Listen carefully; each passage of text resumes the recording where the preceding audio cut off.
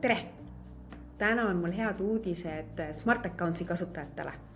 Uku ja Smart Accountsi liidestus on täienenud ja nüüd saab Ukust eksportida Smart Accountsiga arveid. Näitan teile kohe, kuidas liidestust seadistada, andmeid importida ja arveid eksportida.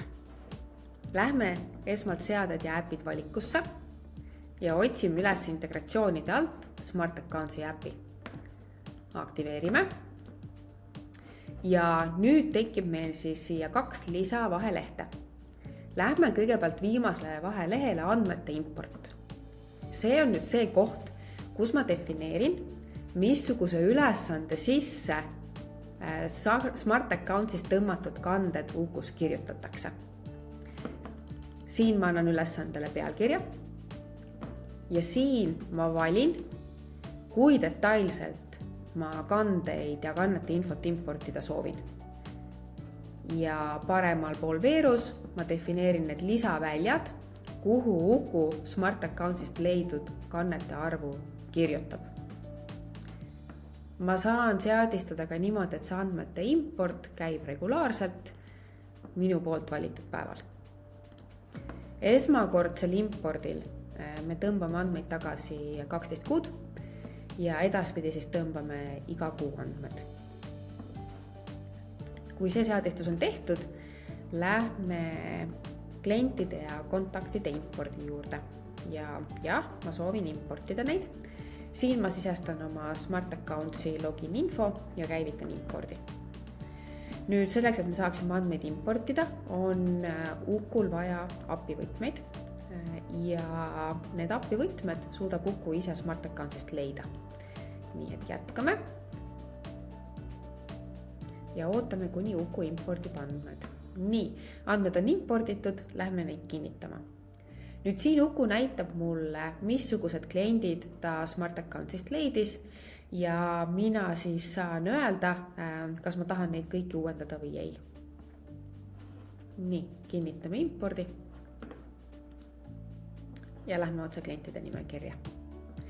Nüüd on Uku importinud mulle siia ka kannete mahud ja me saame siit kohe näha näitena, et Artify kliendile on ilusti loodud mitu erinevat ülesannet ja iga kuu kohta siis on loodud eraldi ülesanne ja ülesande sisse on loodud defineeritud lisaväljad, kuhu on kirjutatud siis leitud kannete arvud.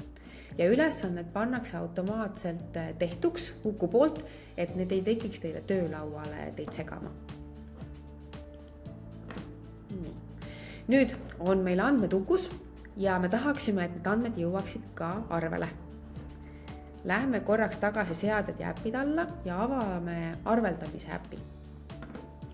Siin seadistuste all ma saan öelda, Smart Accounts on minu liidestus ja saan sisestada API-võtmed. Tooted vahelehel ma saan importida Smart Accountsist tooted ja maksumäärad. Ja oluline toodete ja maksumäärade juures on see, et te jälgite, et need artiklid, mida toodete juures kasutate, on Smart Accountsiga seotud ja need maksumäärad, mida te kasutate, on samuti Smart Accountsiga seotud. Kui toodete seadistus on tehtud, saate te luua lepingute mallid ja need klientidele rakendada. Võtame siit minu näidiskliendi, kellel on ilusti lepingumall juba loodud ja ka siin me ilusti näeme, et need tooted on Smart Accountsiga seotud.